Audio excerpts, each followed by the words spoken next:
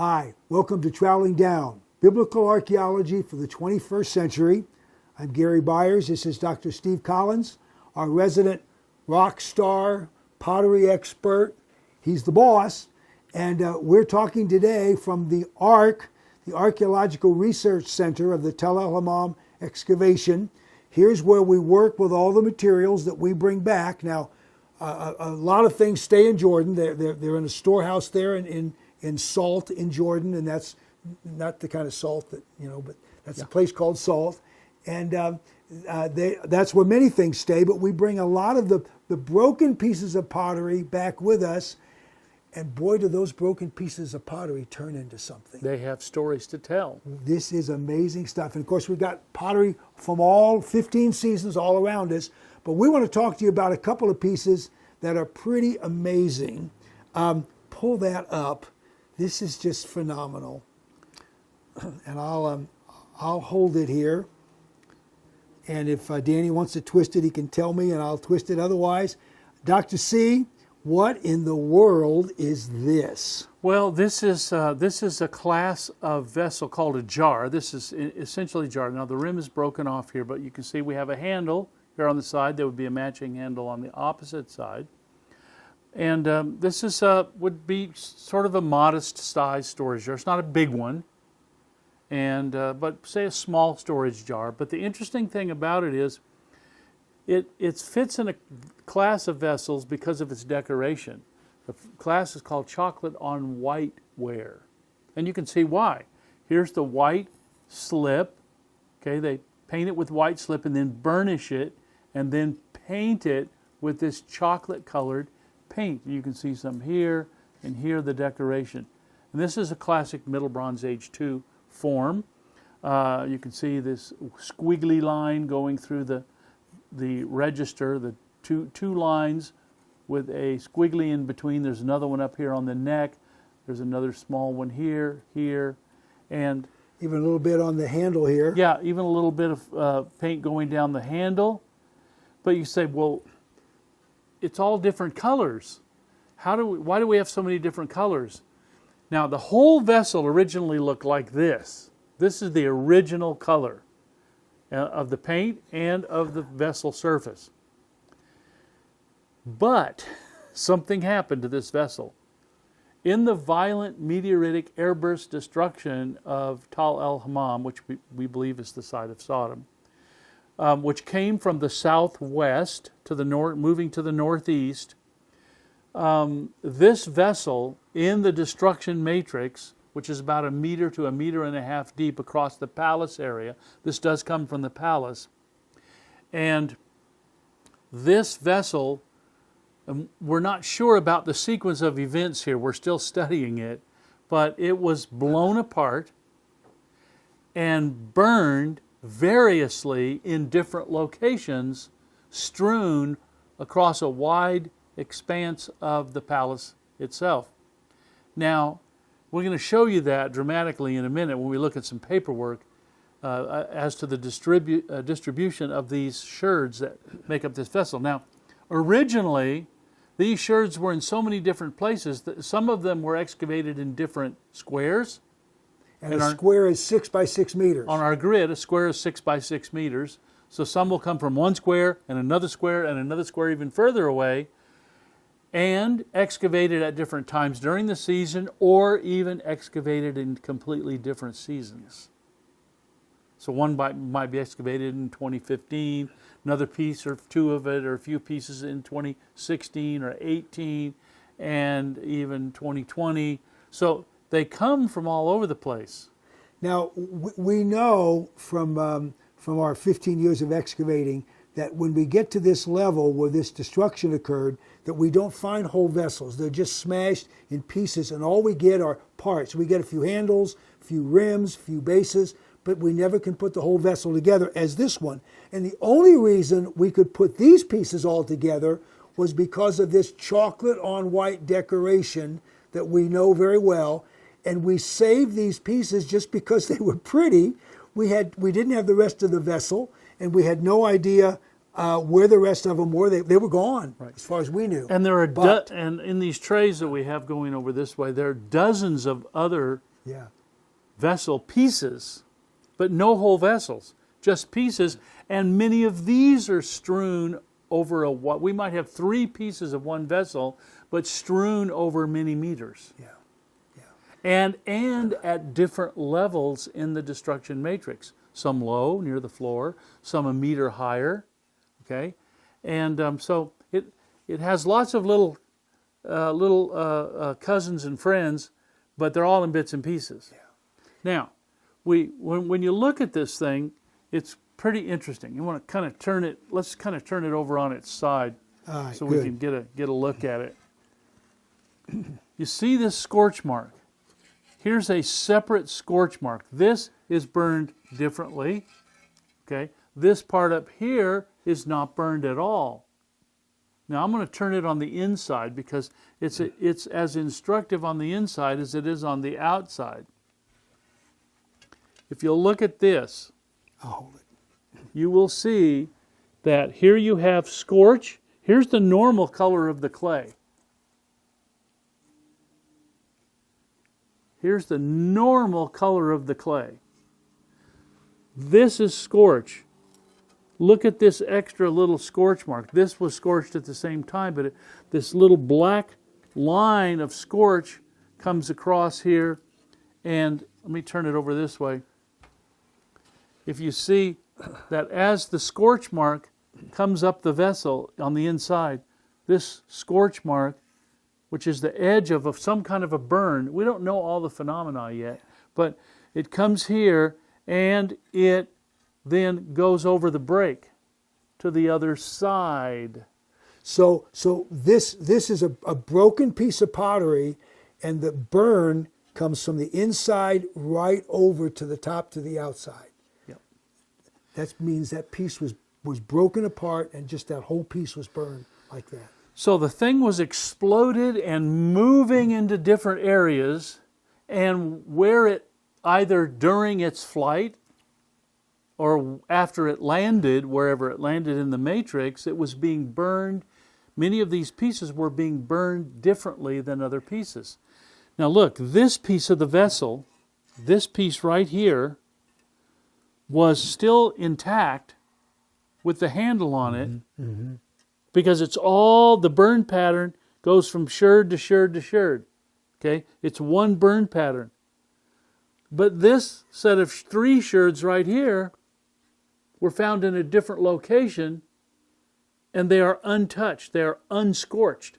So it blew apart. Some pieces went to a burnt area, others went to a non-burned area. Yeah, or an area that was, there are some areas where you just don't get a lot of wood or other combustible materials. Or buried quickly. And here's another piece down here that has a completely different scorch pattern. Now you can see this scorch pattern.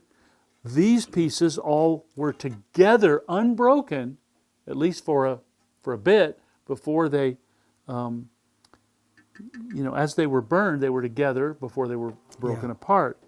But this is a completely different set of pieces with its own scorch pattern, but mostly untouched.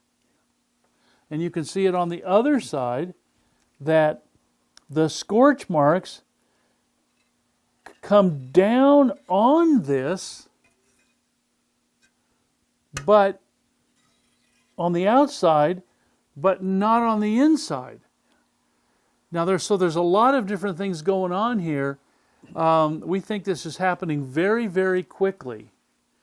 And as a result, all of these things are happening at a very high temperature, and different scorch patterns are happening on the vessel. Here's the other side. Now we couldn't hook these two things together, but you can see that this one shares a similar scorch pattern to that one. But look at these 2 pieces. This was the other side of the vessel, kind of over in this area probably. Yeah. But you can see that these 2 pieces are totally untouched. The scorch pattern goes right up to this, but look at this scorch. Look at this darker scorch line goes to the break. The scorch line, the dark scorch line goes over the break and continues on to the other side. What in the world is going on here? there's some dynamics happening that we're still working on, because it's very difficult to explain this. We put a little brace here to hold this thing in place, but So one of our colleagues, actually for a career, he was a fire investigator, and we're going to bring him in to look at this. yeah, he's also a PhD engineer. And then on top of that, one of the scientists who wrote the article about the airburst is also very interested in this. We're going to get him in together, and we really want to get the best understanding we can of what is in fact going on. This is just so amazing, and I just Well, I kept saying, I showed them some pictures of it. yeah. Okay, and they kept saying, well, here's what it might be, or here's what it might be, or here's what it might. And I said, no, it can't be that because of this. No, it can't be that because of this. And I just decided, you guys need to come here and put this in your hands and look at it in person. And we want them together And so they can so they're really coming to look feed at off it in each person. other's. But we will eventually figure out what's going on here. I mean, there's a rhyme and reason to all of this variation in scorching or not scorching at all. And here's another thing. We have found 5 different scorch patterns on these sections of the vessel. Inside and out. So they were separated, scorched in 5 different ways. Here's another one. This piece, now you can see it on the outside. This piece was not scorched at all on the outside. The one right next to it was, but not this one. But if you turn it over, the one that's not scorched on the outside was in fact scorched somehow on the inside, but not the same as the one next to it. So, what in the world is going on here? Yeah, this is just so exciting. And one more time, let me just point out to you again, because when Dr. C first pointed this out to me, it was just so amazing. First off, I was working with these pieces, and these pieces were separate, and I had not put them together because they looked too different. They couldn't be from the same vessel. He walked by and looked at those two and said, they ought to fit. And I had never tried to connect them because they obviously were from 2 different vessels. I had one group over here, the other group. He walked by, looked at these 2, said, they ought to fit, put them together, and all of a sudden, voila, a whole new understanding on what we were dealing with. And so here we have scorched out here, scorched right through the break, and then on the inside, this one, no scorch here, no scorch there. It's just amazing, and you would never dream they would go together. And if it wasn't for that one line, we never would have considered it. This is just amazing stuff. Now, I have over here. Now, let's point out something first. See, all these little numbers on the inside. Yes. This section, this scorched section here in the middle that has the handle, was found in square 7HH. These pieces over here were found in 5FF. You can see they have EX on each one of them. That means an example. They were pulled and kept as examples because we normally wouldn't have kept them at all, except for the fact that they had chocolate on white pattern decoration. So we kept them as examples. They're not diagnostic. They're not rims. They're not handles. They're not bases. But we kept the shards because they had white paint, white slip, and chocolate paint. Okay, so we kept them. But eventually, because they were painted, we pulled all the painting out from all the seasons, from all the bins that you see around us, and lo and behold, they began to go together. This piece down here was found in a different location in UA6GG, and it was burned separately. It was separated out in these examples, again, just body shards, but because they had the chocolate on white, the painted, burnished, actually, very shiny, nice finish on it, we kept them as examples. Now, what's interesting at this point is to show the pattern of distribution. So it wasn't difficult. Up is always north. If you want to look at this, up is north. So here's the grid. Each one of these squares is 6 by 6 meters. So here's 6, 12, this is 24 meters across this way, okay?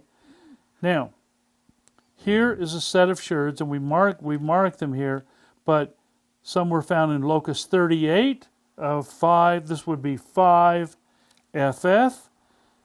Some in locus 38, some in locus 41. They're found at different levels.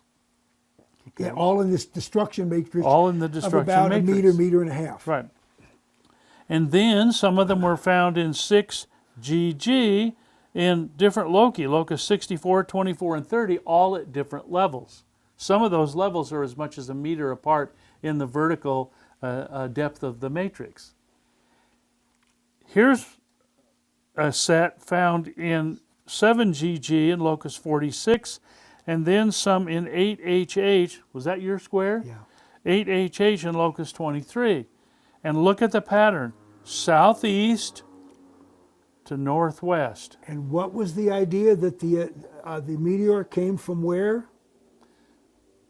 We think the explosion came from the southwest because of multiple indicators, and blew debris to the northeast. Which is exactly what we see there. All of the broken pottery like this that we can assemble and make it known that it's one vessel tracks in exactly the same. Southwest We find to northeast. bits and pieces strewn at different levels in the matrix, as much as a meter apart vertically, and as much as 20 or more meters apart horizontally.